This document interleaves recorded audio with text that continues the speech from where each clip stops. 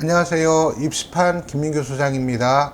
자, 오늘은 자소서 없는 대학이 많은데 자소서 쓰는 것이 유리한가요? 라고 하는 질문에 대해서 답변을 드리도록 하겠습니다. 먼저 이것부터 생각을 해봐 주셨으면 좋겠어요. 대학에서 자소서를 왜 없앴을까요? 내년부터는 전부 다 자소서가 없어지는데 올해 같은 경우에도 자소서를 없애는 대학이 많이 증가했습니다. 자, 그렇다면 대학에서는 학교생활 기록부만으로도 학생들을 평가할 수 있다라고 하는 것입니다. 그러면 어떤 학생들이 자소서를 써야 할까요? 아니면 자소서 쓰는 대학에 지원하는 것이 유리할까요? 그러면 나의 학생부가 약간은 좀 부족하다라고 하는 경우에는 좀 자소서로 어필을 해야 한다라는 것들을 먼저 말씀드리고 싶습니다. 결국은 자소서 없는 대학들 같은 경우에는 우리끼리 얘기로 학생부가 좀 빵빵해야, 정말 탁월해야 합격 가능성이 높아진다라고 하는 걸 먼저 말씀을 드리고 싶고요. 그 다음에 학생부 종합전형에서 경쟁률이 15대 1 이상 넘어가는 대학은 사실은 학생부가 아무리 좋다라고 하더라도 합격을 장담하기가 쉽지가 않습니다. 왜 그러냐면 학생부 종합전형은 지원 학과에 맞게 활동한 학생들이 지원하기 때문에 그런 학생들이 15대 1 이상이다 라고 하면 기본적으로 학생부 관리는 어느 정도 했을 거다라고 생각을 해주셔야 됩니다. 그렇기 때문에 그런 가운데서 나를 좀 더 돋보이기 위해서는 자소서에서 학생부의 어떤 내용들을 드라마틱하게 보여주거나 학생부에 언급되지 않았던 내용들을 좀 더 잘 구색을 맞춰서 표현을 해 주어야 좋은 결과를 얻을 수 있다라고 하는 것을 먼저 말씀드리고요. 그리고 제가 1년에 한 200건 이상 학생부 관리를 하고 컨설팅을 하는데, 정말 학생부 관리를 잘했다는 경우에는 연간 컨설팅으로 제가 꾸준하게 관리하는 학생들 빼고 한 10여 건 정도밖에 안 됩니다. 그 얘기는 뭐냐면 고등학교에서 아니면 학생들이 나름대로 관리했어요 라고 하는데 제 눈높이에는 미치지 못한다라는 거. 제 눈높이에 미치지 못한다라는 얘기는 대학에서 평가자들이 봤을 때도 그렇게 크게 만족할 수 없는 학생부다라고 하는 거. 이런 부분들을 기억을 좀 해 주셨으면 좋겠고요. 그리고 간혹 학교 선생님들께서 자소서는 너 혼자 써야 된다, 외부에서 쓰면 안 된다 라고 이야기를 합니다. 일정 부분 저도 동의합니다. 왜 그러냐면 학생부 내용이 100인데 자소서 내용을 200만큼 부풀립니다. 그렇게 되면 이거는 자소서가 아니라 자소설이 됩니다. 즉 소설이 된다라는 얘기죠. 그러면 이거는 평가자들도 압니다. 이거 너무 부풀렸다. 이런 것들은 좀 위험합니다. 적당하게 포장을 해야 되는데, 그렇다면 저는 이렇게 말씀드리고 싶어요. 학생부 내용이 100이다 라고 한다면 120에서 150 정도까지는 부풀려도 괜찮습니다. 제 경험상. 그리고 또 저는 자소서를 200까지 안 부풀립니다. 120에서 150 정도 수준으로 부풀립니다. 자, 그렇게 될 경우에는 그래도 어느 정도 효과가 있습니다. 그런데 200 이상으로 부풀리는 순간 이거는 자소서가 아니라 소설이 된다라고 하는 거 기억을 좀 해주시고요. 그런데 가장 안타까운 경우는 뭐냐면 학생부 내용이 100인데 혼자 학교에서 기말고사 끝난 다음에 이제 자소서 쓰기 시작할 거예요. 언제까지? 9월달 모의고사 보고 나서 원서 접수할 때까지. 그러면 9월달 모의고사 준비 될까요? 안 될까요? 안 됩니다. 그러면 학생들이 자포자기하게 돼요. 아예 될 대로 내가 그냥 내 상황에 맞춰서 학교 하향으로 가겠다. 그런데 학생부 종합전형만 지원하는 것이 아니라 수능 최저가 있는 학생부 교과전형, 학교장 추천도 지원하는 친구들 같은 경우에는 자소서만큼이나 수능 최저 맞추는 것이 중요합니다. 그런데 자소서 쓴다고 다 시간을 할애해 버리면 이게 죽도 밥도 안 된다라고 하는 거 꼭 좀 기억을 해주시기 바랍니다. 그리고 아까 제가 말씀드리려고 했던 부분이 뭐냐면 혼자서 자소서 쓰겠다라고 하는 학생들, 물론 원서 접수할 때까지 완성은 돼요. 그러나 학생부 내용이 100이라고 한다면 근 7월 달 방학 때부터 원서 접수까지 한 2달 정도 시간이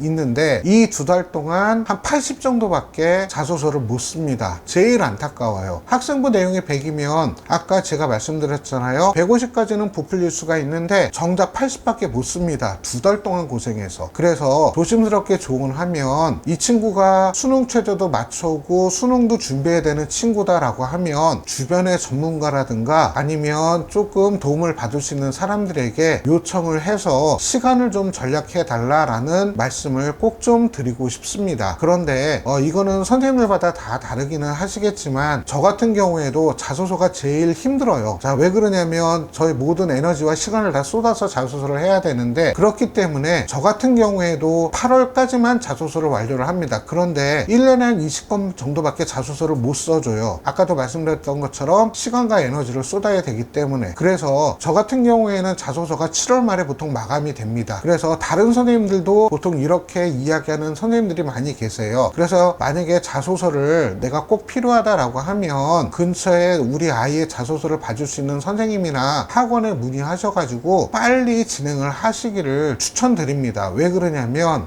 일정이 이제 촉박해지면 시간이 없어서 자소서를 못 써주는 상황이 많이 발생합니다. 저 같은 경우에도 작년에 자소서 거절한 것만 한 50여 건이 돼요. 그렇기 때문에 주변에 어떤 아이의 자소서를 봐줄 수 있는 분들을 빨리 섭외를 하셔가지고 그렇게 학생들이 수능 최저에 집중할 수 있도록 좀 신경을 써 주시기 바랍니다. 그래서 자소서 같은 경우에는 너무 많이 부풀리지 말아라. 그리고 학생부가 조금 부족하다라고 한다면 자소서로 역전을 시키기를 생각을 해 주어야 된다. 그리고 또 한 가지는 자소서를 너무 시간 끌지 말고 최대한 빨리 끝냈으면 좋겠다라고 하는 거, 이렇게 말씀드리고 싶습니다. 네, 오늘 강의 이것으로 마치도록 하겠습니다. 감사합니다.